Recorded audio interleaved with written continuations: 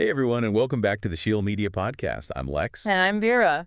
and we're diving into a topic that's been generating a lot of buzz in the business world. Yeah. Agile HR, Yeah, you've sent us a ton of articles. including Yeah. some HBR must-reads, Must-reads? and we are ready to break it all down for you guys. That's so fascinating here is how a concept that started in software development Right. is now making waves in how we manage people. Exactly. So for all of you business owners and C-level execs out there, think of this deep dive as your cheat sheet to understanding why Agile HR is so important and how it can help you build a more dynamic and responsive team. And by Agile HR, we're talking about applying those core principles of flexibility, iterative progress, Continuous feedback. continuous feedback to how you manage talent and processes. Okay, so let's start with the million-dollar question. Why is HR being reinvented in the first place? What's broken with the traditional model? Well, the traditional HR model, with its annual performance reviews, bureaucratic processes, and emphasis on individual performance, isn't agile enough for today's rapidly changing business landscape. Right. In the digital marketing world, we see this all the time. Yeah, Things move so fast that sticking to a rigid long-term plan can actually hold you back. exactly. Companies need to be able to adapt quickly. Yeah. And that requires a more flexible and responsive approach to managing people.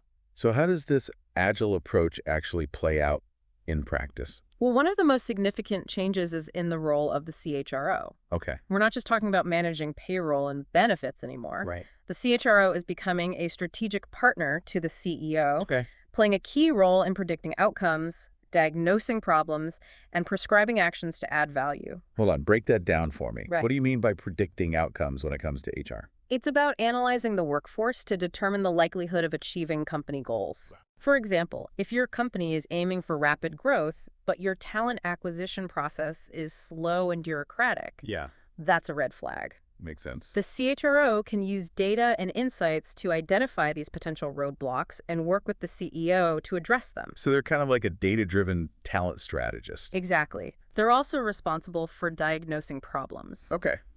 Let's be honest, most business challenges often stem from people-related issues. Oh, for sure. Maybe there's a lack of communication, a skills gap, or a cultural issue that's hindering performance. Right. The CHRO needs to be able to pinpoint those problems and recommend solutions. It sounds like they need a deep understanding of both the business objectives and the dynamics of the workforce. Absolutely. Yeah. And then there's the prescribing actions part. Okay. This could involve recommending changes to the organizational structure, implementing new training programs, Yeah. or even revamping the compensation system. That's a lot of responsibility. It is. Some companies are even forming a G3 with the CEO, CFO, and CHRO working together closely to align financial and human capital strategies. That makes a lot of sense. Yeah. You need to ensure that your talent strategy supports your overall business objectives. Now, speaking of shaking things up, Agile HR is also having a major impact on performance management. Okay. Say goodbye to those dreaded annual reviews. Thank goodness for that. I don't think I've ever met anyone who actually enjoys those. Right. What's replacing them? Companies are shifting to frequent informal feedback, Right. often on a project-by-project basis. Yeah. It's about continuous improvement and real-time adjustments, not just a once-a-year evaluation. That sounds much more effective and less stressful, too. Right. But how are companies making this work in practice? Well, Johnson & Johnson, for example, experimented with an app for real-time feedback. Oh, intriguing. It allowed employees and managers to share feedback instantly, Right. making it more relevant and actionable. That's interesting. But did they find that people felt micromanaged with constant feedback? Or was it seen as helpful and supportive? Apparently, participation skyrocketed once managers saw how valuable it could be. It seems like it fostered a culture of open communication and continuous learning. So instead of just focusing on individual performance, are companies now prioritizing team success? Exactly. In today's collaborative work environment, it's all about how teams perform together. Right. Companies are empowering teams with more autonomy, pushing decision-making down to the front lines. We're seeing that shift at Shield Media, too. Yeah. We found that giving our teams more ownership and encouraging them to solve problems collaboratively leads to much better results. And this focus on agility even extends to compensation. Okay, interesting. We're seeing companies move away from relying solely on annual raises and experimenting with more flexible approaches like spot bonuses. So if someone goes above and beyond on a project, they might get an immediate reward rather than having to wait for their annual review. Exactly. It's about recognizing and rewarding contributions in real time, which can be incredibly motivating for employees. It seems like a much more dynamic and responsive way to manage people. Right.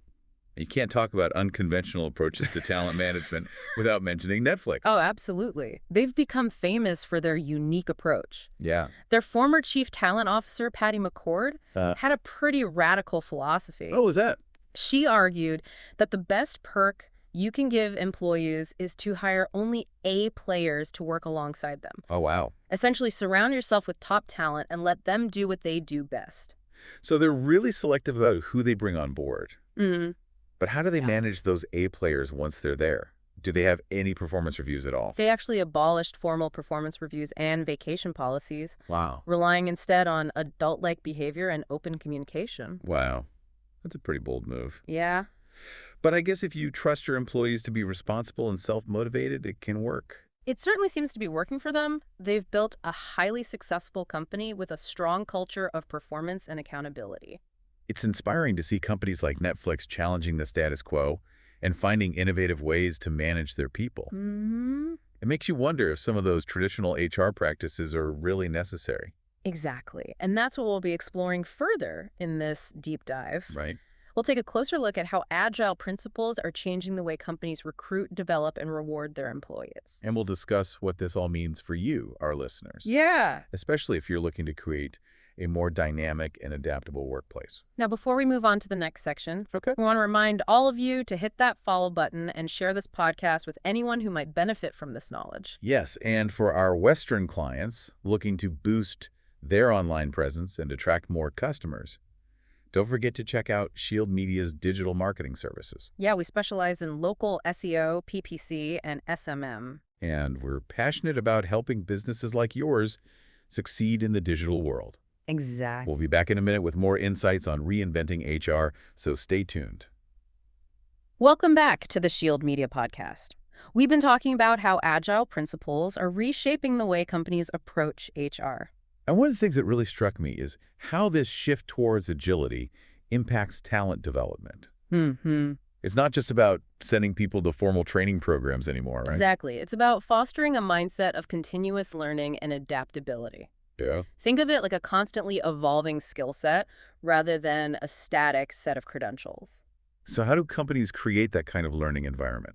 Well, coaching and mentorship are becoming increasingly important. Yeah. Instead of just focusing on technical skills, Right. companies are recognizing the value of developing soft skills like communication, problem solving, and collaboration. That makes sense.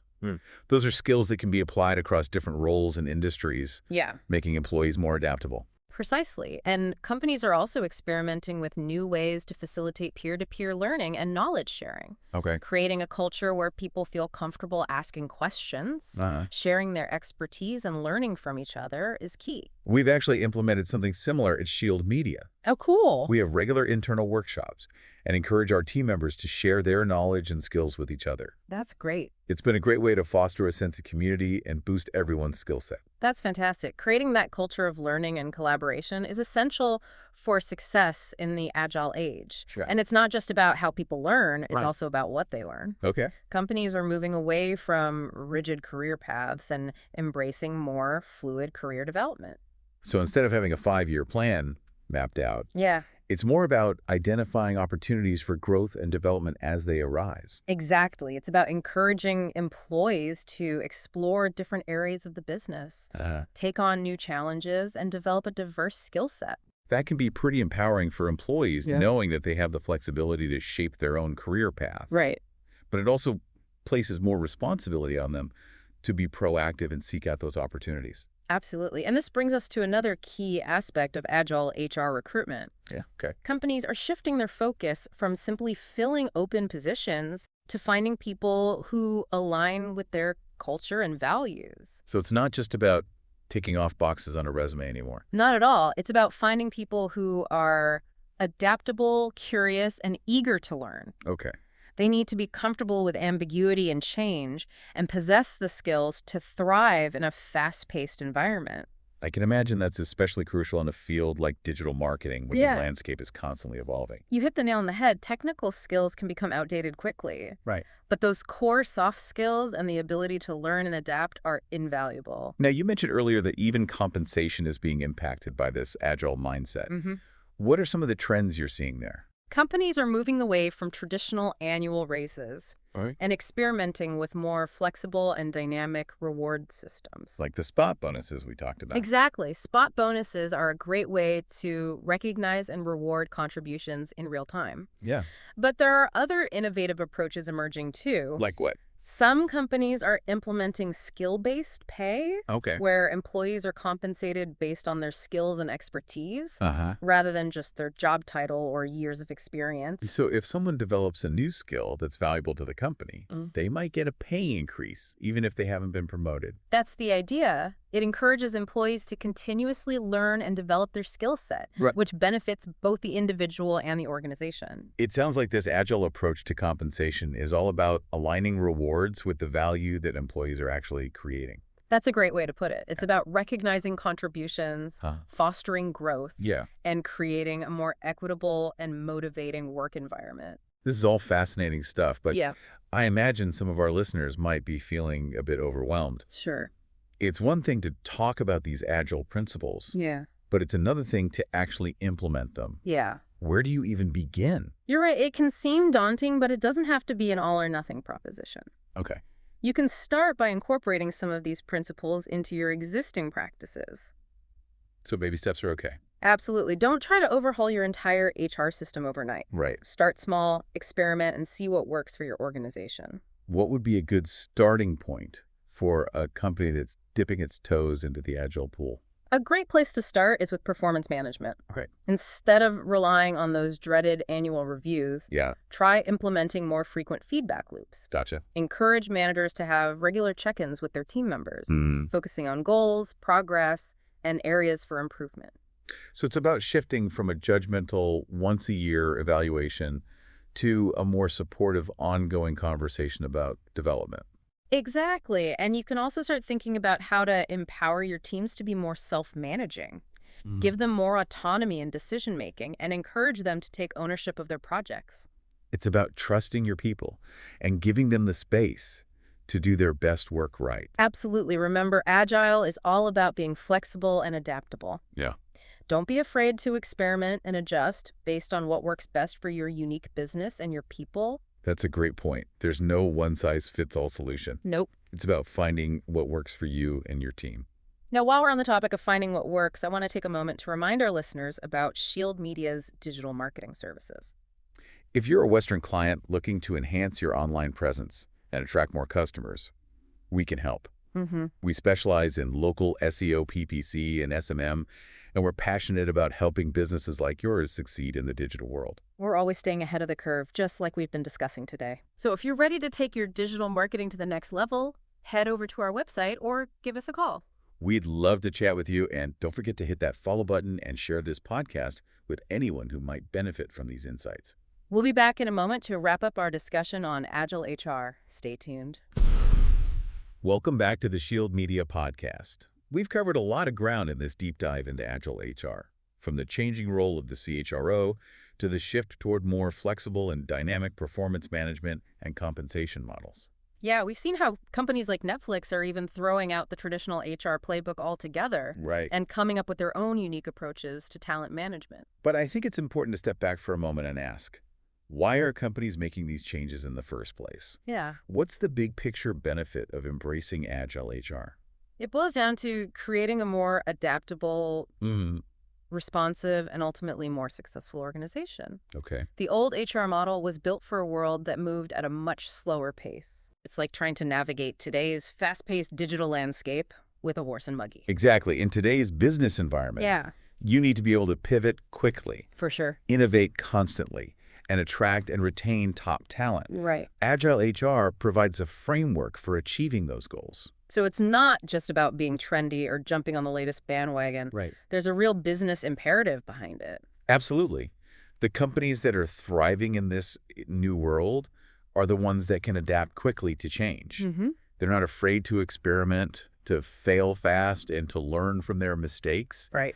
And that agility extends to how they manage their people. It makes you wonder if some of those traditional HR practices were actually holding companies back. I think in many cases they were. Yeah. The old model with its focus on hierarchy, control, and rigid processes stifled creativity and innovation. Yeah, it was like putting a square peg in a round hole. Yeah. So by embracing agile principles, companies are creating a work environment that's more aligned with the demands of the modern business world. Exactly. Agile HR empowers employees to be more autonomous, encourages collaboration and knowledge sharing, and creates a culture of continuous learning and improvement. And that translates into tangible business benefits. Absolutely. Studies have shown that companies with agile HR practices have higher employee engagement, increased productivity, and a greater capacity for innovation. Right. They're able to attract and retain top talent and respond more effectively to market changes. So what does this all mean for you, our listeners, if you're a business owner or C-level executive?